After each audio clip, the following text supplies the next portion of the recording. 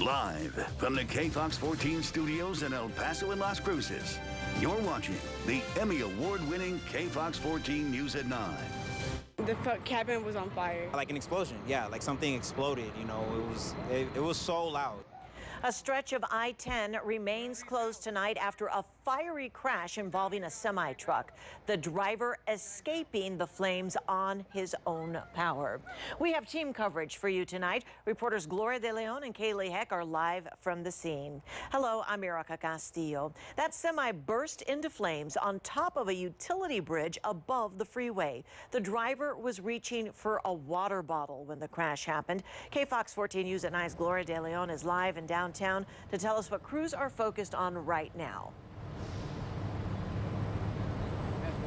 Well, we're live here in downtown El Paso along I-10 West and Stanton, and you can see a crane is now on scene working to get that semi off of that utility bridge. Now, crews are working to secure the utility lines, and TxDOT is trying to determine how much of the bridge is salvageable. You know, infrastructure right here, and then next thing we heard a loud boom, and then we saw it go up in flames. The fire was so close to us that we could feel the heat from where we were sitting at. An 18-wheeler lodged on top of a utility bridge. It's terrifying. El Paso police say the driver, who works for White Mountain Trucking, reached for a bottle of water. That's when the driver steered too far over to the right and drove up the embankment here on I-10 West near Mesa. So when we looked from that direction, we saw that the 18-wheeler had flipped over the beam. Folks we spoke with who saw the crash happen say it sounded like an explosion. It was like almost everyone in El Paso could hear it. It was so loud. Like, I'm surprised that the glass at our office didn't break. The flames, it was almost instant. Like, as soon as the boom happened and we saw that the truck crashed, the flames were like almost instant. The driver did manage to get out of the semi and get to safety. He was taken to a hospital with minor injuries, but has since been released. Several agencies are working together since it involves utility lines. Probably will not be able to open up I-10 until at least 24 hours after it's determined that the utilities have been shut down on the bridge. TxDOT says they've got a crew coming in from Austin to assess the damage, so that we can get them out to take a hard look at the bridge and determine its stability and what the course of action that we need to take from this point on is. Now, TxDOT tells us at the time of the accident, the gas line was not active, but water, electric, and communications lines were. Now, authorities say this portion of I-10 will be closed for at least 24 hours. Reporting live from downtown El Paso, Gloria De Leon, KFOX 14 News at 9. Thank you, Gloria. Let's take a look at TxDOT cameras around town. Of course, the scene is dark now. We see all the flashing lights of the crane and some of the firefighters and some of the emergency personnel who remain on the scene. This area, as Gloria mentioned, closed to traffic, but an update now. The traffic going westbound had been diverted off of Cotton. It is now being diverted at Mesa, almost right up against where that crash happened.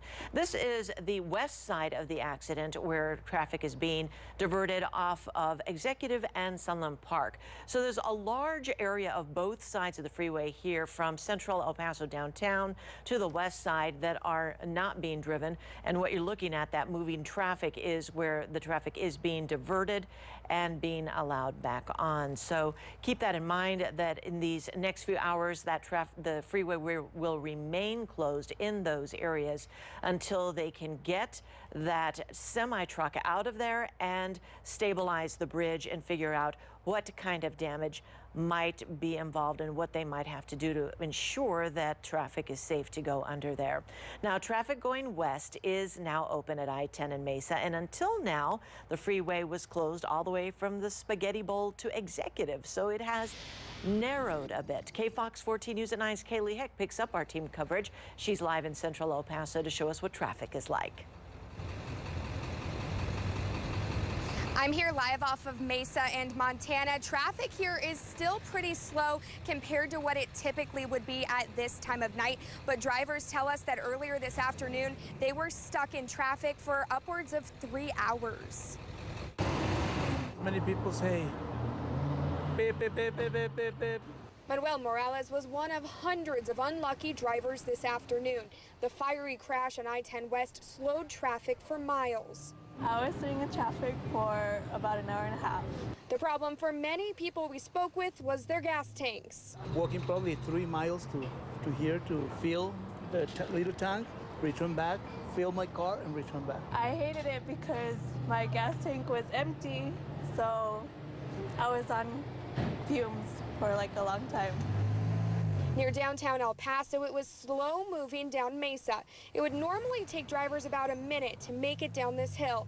Today, that was closer to 20 minutes. It was very frustrating. Jemima Quintana drives for rideshare programs. She says her riders were just as frustrated as she was. They were like, oh my goodness, this is ridiculous. Too much traffic. She and others say they plan to avoid this side of town as the wreck gets cleaned up. Avoid this area. Maybe take Trans Mountain to get rides over there, or stay on the west side.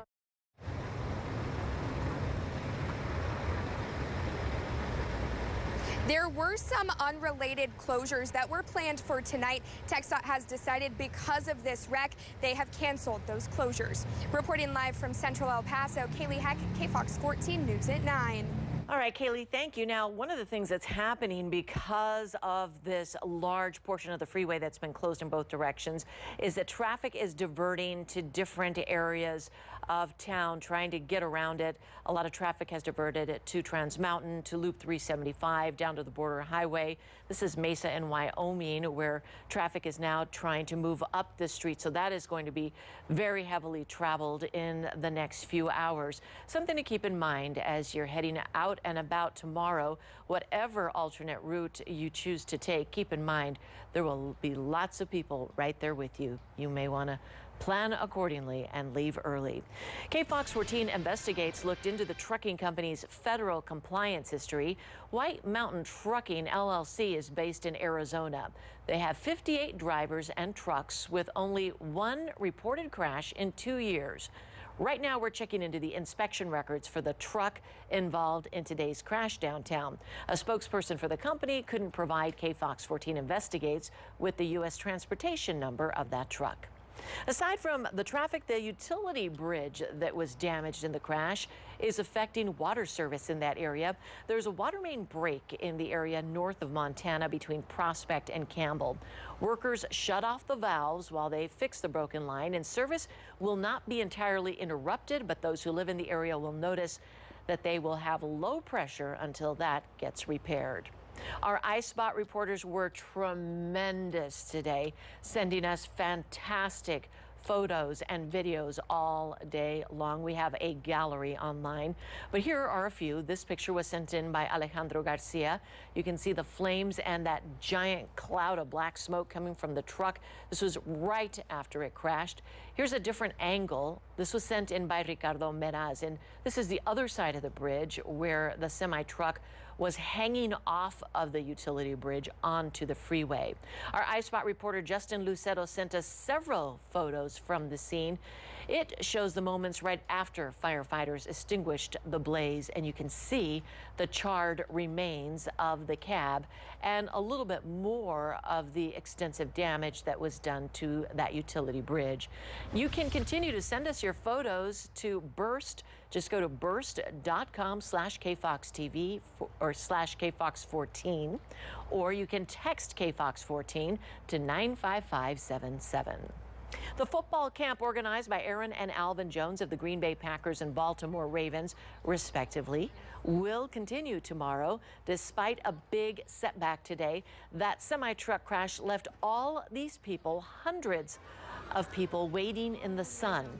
The coordinators of the camp and the NFL players who have come in for this event were all stuck in traffic from the crash with hundreds, if not thousands, of other people.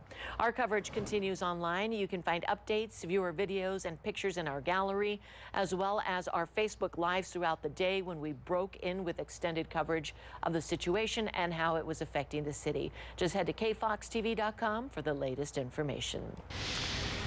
The gut-wrenching trial of an El Paso police officer accused in his son's drowning has ended in acquittal. Officer Raymond Licon Jr. collapsed into the arms of his attorneys after the verdict was read. He was in tears throughout the trial. First, as pictures of his son's body were shown to the jury, and when he testified in his own defense that he accepted full responsibility. The judge herself emotional as the verdict was read. Licon's 11-month-old son drowned in a bathtub last June while he checked on his daughter downstairs and argued with his wife on the phone. The tragedy that occurred last summer was devastating. His arrest was hard on him. Before the jury started deliberating, Judge Susan Larson dropped 2 of the 3 charges against Licon. He has been on desk duty with the El Paso Police Department pending the outcome of this trial. An El Paso man is now accused of stabbing and killing his father. 33-year-old Desiderio Agader III is in the hospital. He was taken there yesterday for injuries he sustained during the attack. The stabbing happened at a home in far east El Paso. This home is near Rich Beam and Montwood. Police say Desiderio Agader II died at the scene and had multiple injuries to his face and head. Police have now released the name of the victim from a deadly train crash in northeast El Paso. Police identify him as 56-year-old Richard Glenn Neal. They say Neal was the rear passenger in the truck that was hit by a train. That crash happened just after noon yesterday. Both the driver and the front passenger survived. Neal was the only one not wearing a seatbelt. Investigators say the truck tried to go around a lowered railroad arm crossing. A sheriff in New Mexico says the victims from a deadly bus crash on Sunday were all passengers. The bus was headed to El Paso from Denver. 3 women from Mexico who were living in Colorado have been identified as those victims. The crash happened on Sunday on I-25 outside of Albuquerque. Authorities say the bus was sideswiped by a semi-truck after the bus tried to avoid a car that had slammed into the back of a pickup. Las Cruces police are looking for your help identifying the driver in a hit and run that happened on Saturday. We'll be going to a graphic of this suspect here shortly.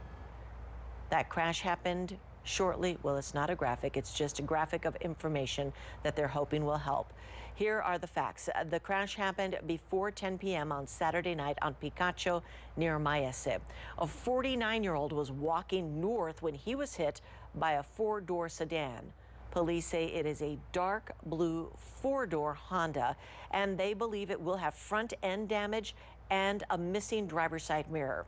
They say it is very likely that the driver skipped work or school or changed his or her routine today. So if you have any information, please call Las Cruces Crime Stoppers at the number on your screen. A fire destroys equipment for a local soccer team. How you can help get them back on their feet and back in the game. And speaking of soccer, we could see another team in the borderland. The push to bring a competitive soccer team to El Paso Community College. Above average heat is back. How soon before relief moves in is coming up on KFOX 14 News at 9. Coverage you can count on. A fire inside a concession stand in Chaparral has left a soccer team with no equipment. The fire happened Tuesday night at the Dolores C. Wright Memorial Park. The team lost everything, including the soccer balls, hurdles, exercise ladders, cones, and nets. Coach Raimundo Vasquez says that practices are on hold now since they no longer have equipment. It's the time of day that they mostly look forward to, because couple of parents, they do tell me that throughout the day they're nagging and say, well, what time we're going to practice. So if we stop this, if we stop what we're doing, they will kind of. There's still no word on what caused the fire. Coach Vasquez says they're having a cleanup event in September to help them raise funds to replace everything. Local coaches and students are hoping to bring a competitive soccer team to El Paso Community College. KFOX 14 News at 9's Michael Ikahihifo shows us the process they need to make it happen. Noticing how everybody was with like the soccer recently, I think it'll be a really big hit. Students weigh in on why it would be a good idea to add a soccer team to their college campus. It's going to give people more reasons to come here and also reasons to stay here like later than just studying. Many say adding soccer will bring in more money and students to the school. For me, it's a good idea because it can increase sport in young people. Local soccer club coach James Mendoza says he plans to follow through and present a full plan to the school at the next board meeting. Yeah, it's something that we've been talking about as club coaches and even the high school coaches in town, both on the girls and boys side, is why don't we have a team here in El Paso at EPCC? EPCC says Mendoza must take the following preliminary steps if he wants to add a new sports team. The student body must agree to a new sports team. The college will then conduct a feasibility study to figure out costs and the impact the sports will have on its students. And finally, the board will discuss these results with the student body and the community. A local school and having a lot of kids that are actually really talented that go play at the next level, it would be a great opportunity for the local kids to have something to shoot for. The vice president of EPCC tells me the president of the school is planning on meeting with other inquirers separate from Mendoza about a proposed soccer team. Michael Ikahihifo, KFOX 14 News at 9. Middle school students from the Sutter School District are experiencing history firsthand. Today, historian Brian Degner gave students a presentation on World War II at the downtown El Paso Public Library. Degner talked to the students about the airplanes, ships, and weapons that were used back then, but also about those who served our country during World War II. For right now, we're wearing usual clothes. Over there, they would wear everything, helmet and everything, and it would be heavy. So they would be walking all tired and heavy because of all those things that they were wearing on top. And they would only get one pack of food. The event is part of a World War II camp program, but put together by the Sutter School District and Tom Lee Institute. The cleanup begins. The damage left behind by a series of tornadoes in Iowa. Triple digits are here for some time.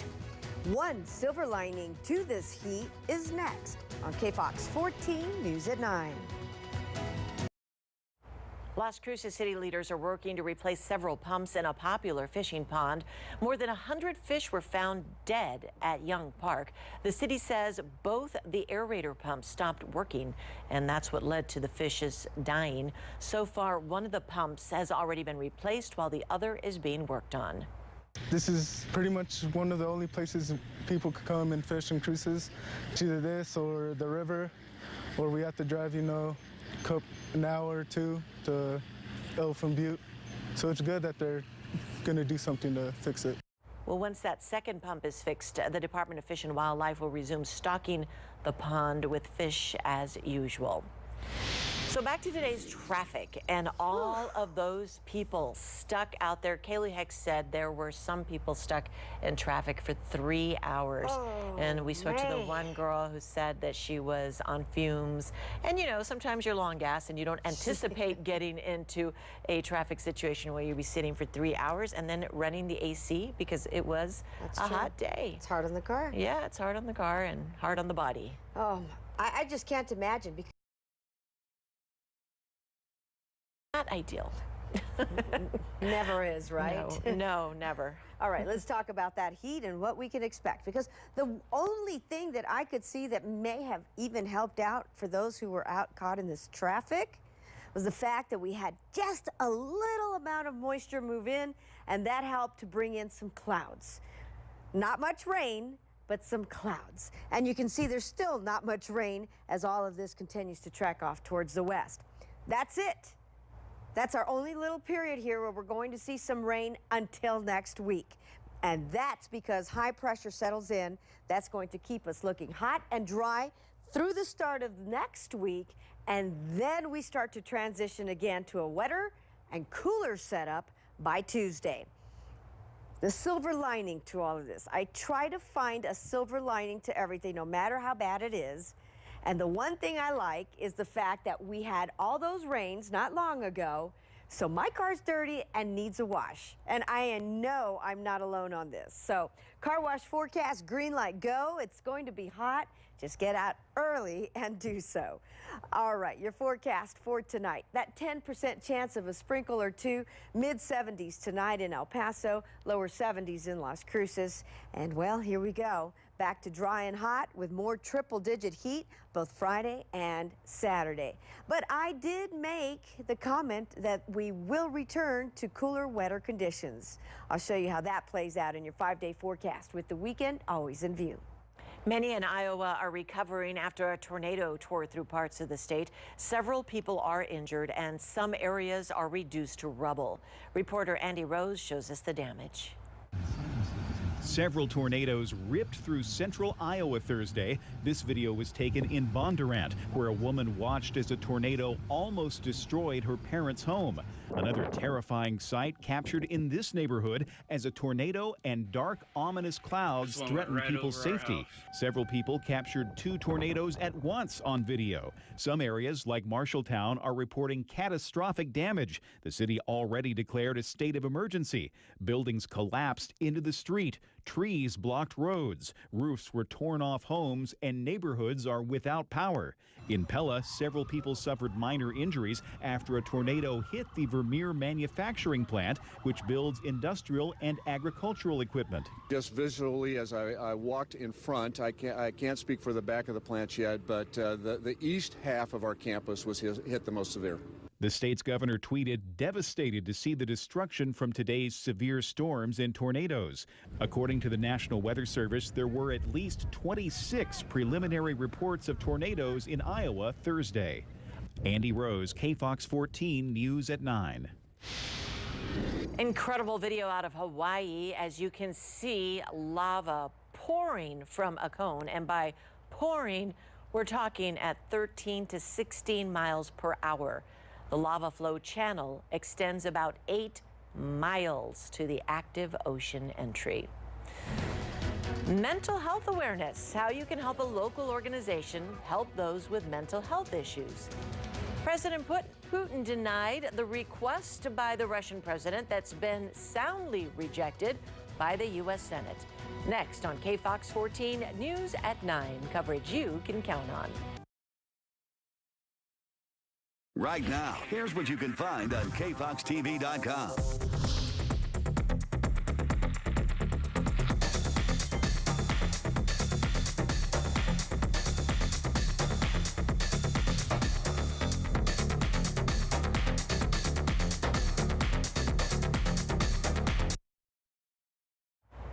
A stretch of I-10 remains closed tonight after a fiery crash involving a semi-truck this afternoon. Take a look at this video. You can see the driver in a red shirt climb out of the burning semi-truck and walk away. He's there on the middle of your screen down at the bottom of the embankment. KFOX 14 News at 9's Gloria De Leon shows us the work being done right now to clear that scene. Well, we're here in downtown El Paso along I-10 West between Stanton and Mesa. A crane is now on scene trying to get that semi off of the utility bridge. Now, this all happened at about 1:30 this afternoon when the driver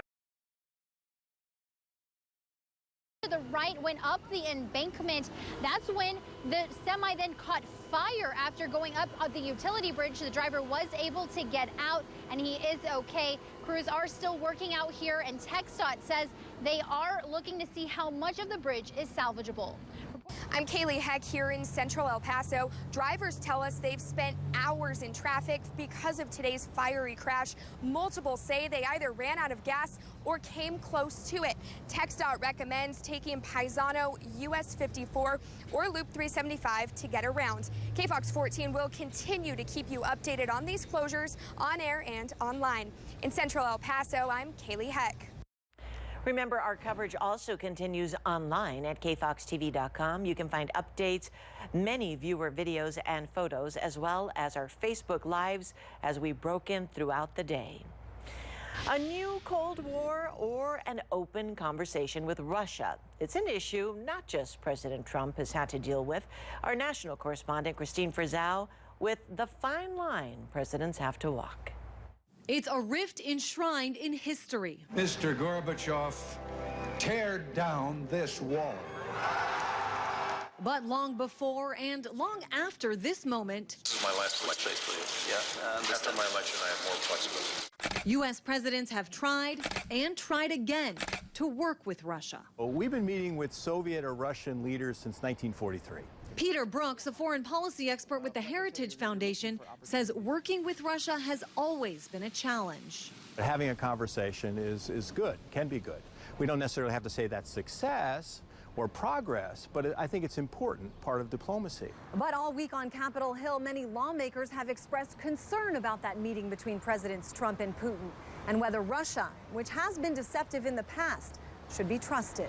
I stand by what I said about Mr. Putin. Dealing with him is like hand-feeding a shark. It's very clear that the Russians want to undermine our democracy, and they are effectively doing it, and the President of the United States is allowing them to doing it. One of the president's biggest supporters on the matter has been Republican Senator Rand Paul. So if I want Russia to pull out of Ukraine, I have a couple of options. We can put sanctions on them, we could go to war with them, or we could also encourage them that maybe there's an economic benefit to having more trade with us. Encouragement, he says, should start with a conversation.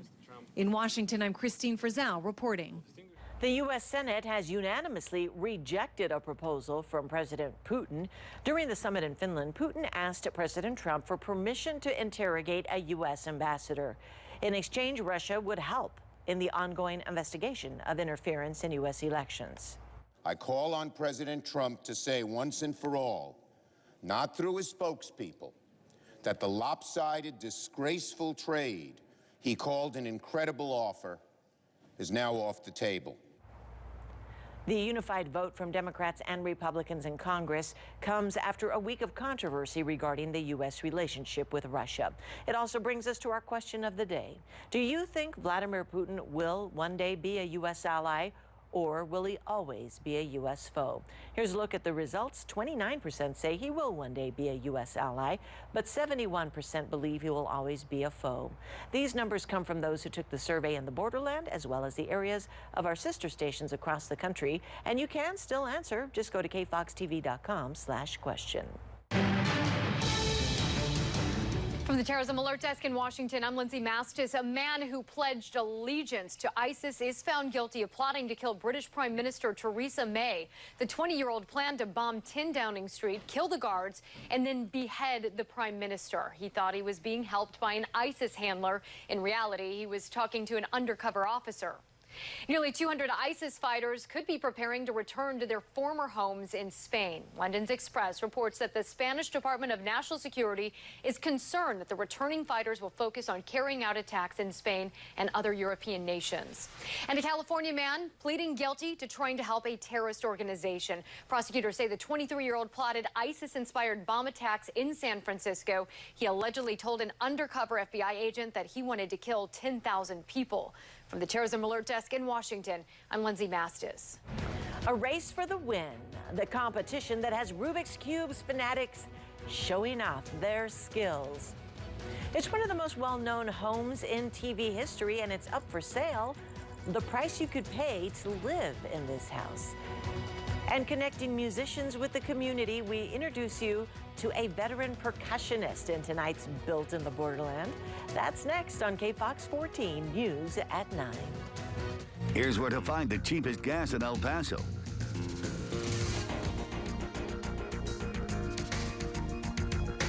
Drive more for less in a Honda from El Paso Honda.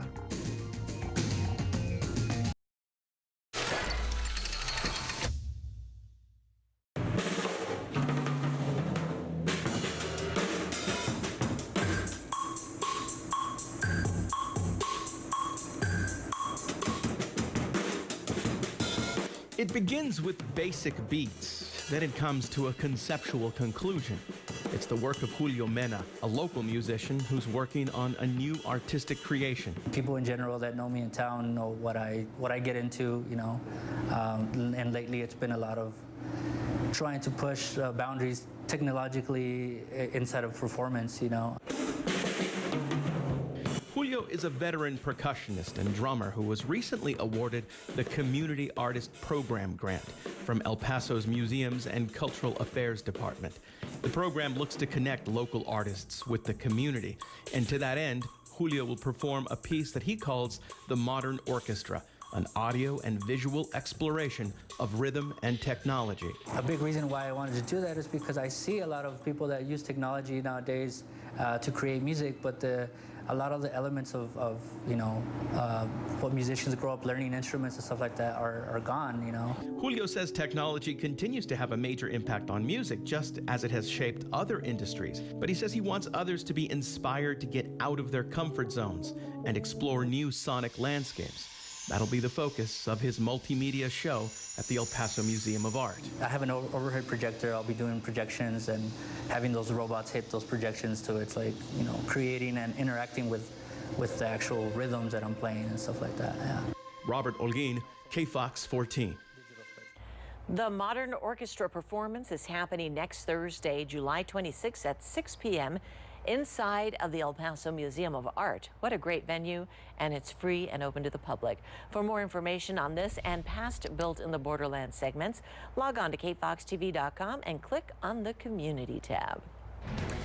A controversial law. Why a fight over frozen embryos could be making it hard for people to get divorced. And a nationwide salmonella outbreak, where CDC officials are at now in pinpointing the source. Next on KFOX 14 News at 9. A nationwide salmonella outbreak could be widespread in the turkey industry. That's according to the Centers for Disease Control and Prevention. As Melissa Rainey reports, the agency is trying to pinpoint the source. A salmonella outbreak linked to raw turkey products made 90 people sick. 40 of those were hospitalized. Officials at the Centers for Disease Control and Prevention reported cases in 26 states since November, but they haven't been able to find a direct source. The meat was purchased from many different locations and in different forms, including ground turkey, turkey pieces, and whole turkeys.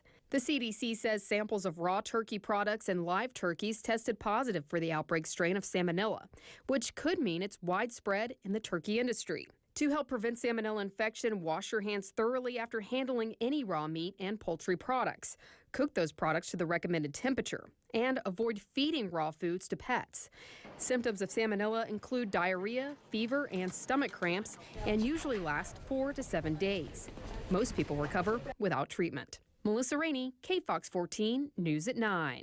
The Food and Drug Administration is going to investigate the possibility of importing some prescription drugs during certain situations. Such imports could reportedly help address price hikes and supply disruptions. Generally, importing drugs from overseas is illegal, but the FDA occasionally allows foreign-approved drugs to be imported in the event of supply shortages. A new law in Arizona affecting the custody of frozen embryos is causing controversy. The law says in cases when a couple gets divorced, the law requires courts to give the embryos to the ex who plans to use them to have a baby. It says the spouse that is not awarded the embryos has no parental responsibilities and no rights, obligations, or interest with respect to the child, among other things, meaning that they couldn't be forced to pay child support. And even if the law states that they're not a legal parent, they're still an emotional parent. It's virtually impossible to separate themselves from the fact that their ex had a child that is biologically theirs. The law in Arizona took effect on July 1st. The Centers for Disease Control says the number of babies born drug dependent has now nearly tripled over the last 15 years. Circus Allison Moss recently visited a center in West Virginia, one of the state's hardest hit, to see what it's trying to do to help. We don't expect people to go through withdrawal cold turkey without help, and why should we expect these babies to do that? There are very few places in the country that are devoted to helping babies born drug dependent get clean.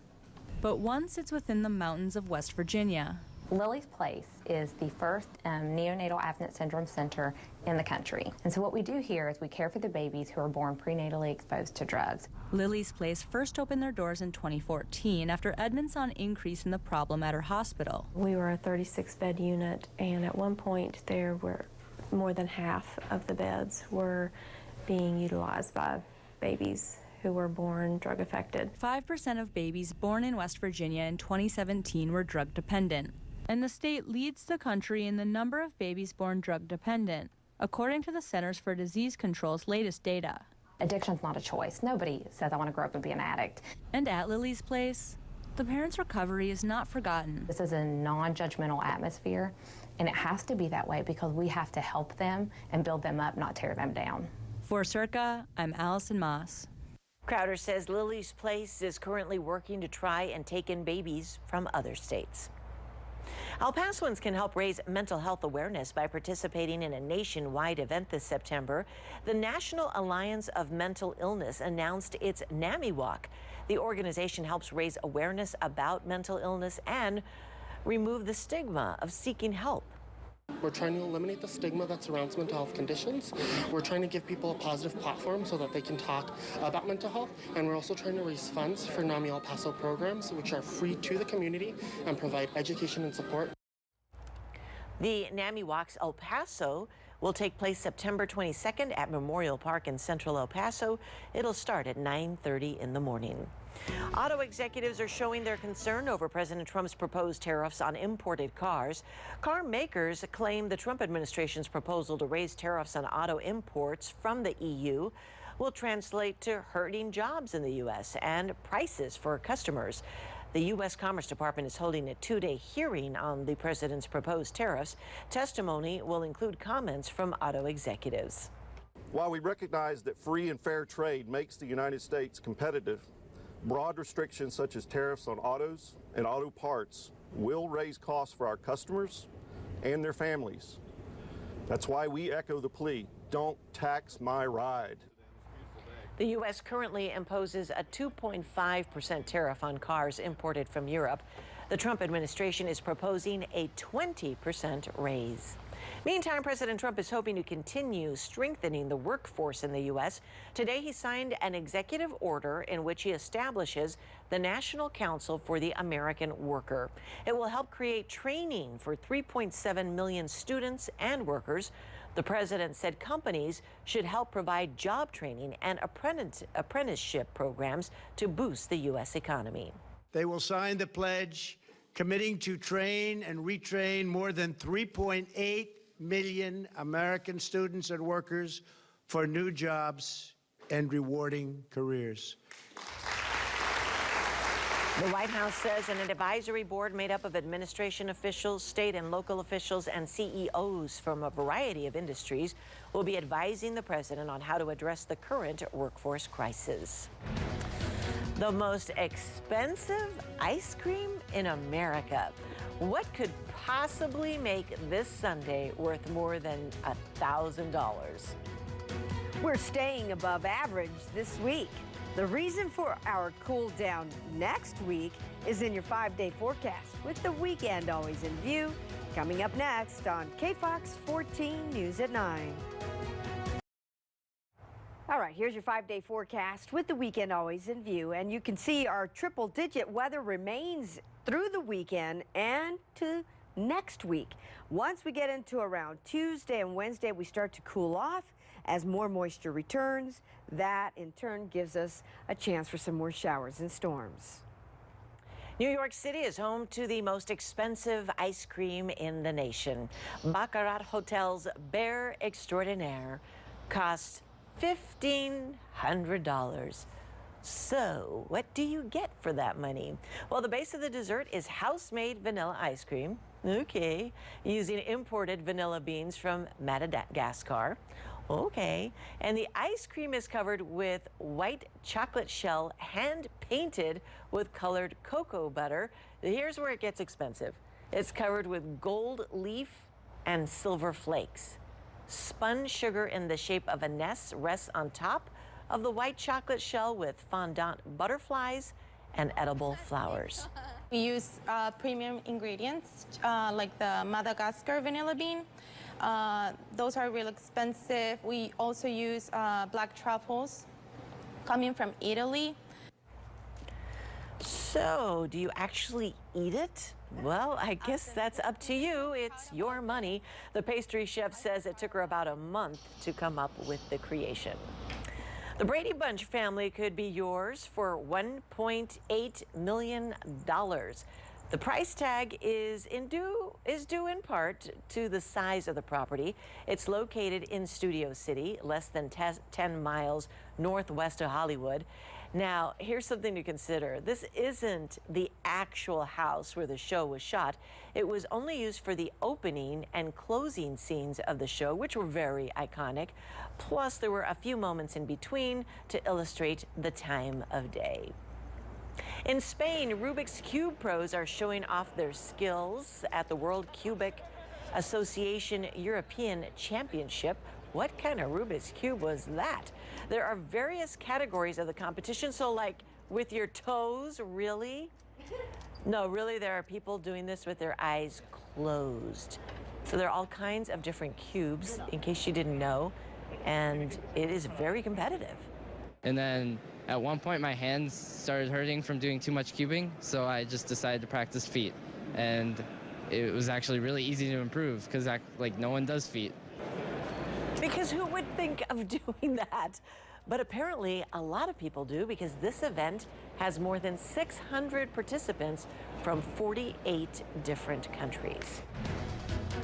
We have an update on tonight's top stories next on KFOX 14 News at 9. Traffic for hours. Why drivers say they were especially stressed out while stuck in traffic from today's fiery semi-truck crash. Fiery crash, what TxDOT crews are now working to do after a semi-truck crashes into a utility bridge in downtown El Paso. And our top stories update next on KFOX 14 News at 9. A portion of the interstate is closed after a semi crashes into a utility bridge in downtown El Paso. KFOX 14 News at 9's Gloria De Leon tells us what steps TxDOT is taking now. Here along I-10 West between Stanton and Mesa, an 18-wheeler crashed into a utility bridge in downtown El Paso. It happened at about 1:30 this afternoon. Police say the driver was reaching for a bottle of water when he drove up an embankment, crashing. That's when the semi caught fire. Witnesses say it sounded like an explosion. The driver got out and is okay. TxDOT says they have a crew coming from Austin to assess the damage made to the bridge. We're told the gas line was not active. However, water, electric, and communications were all working before the crash. Drivers tell us they were stuck in traffic for nearly 3 hours because of the wreck on I-10 West near the downtown exit. The wreck caused backup for miles. Multiple drivers tell KFOX 14 they either barely made it to gas stations or ran out and had to walk back to their cars to bring gas. TxDOT plans to reopen I-10 West at Mesa. The recommended detours are Paisano, US 54, or Loop 375 to get around. We'll keep you updated on these closures on air and on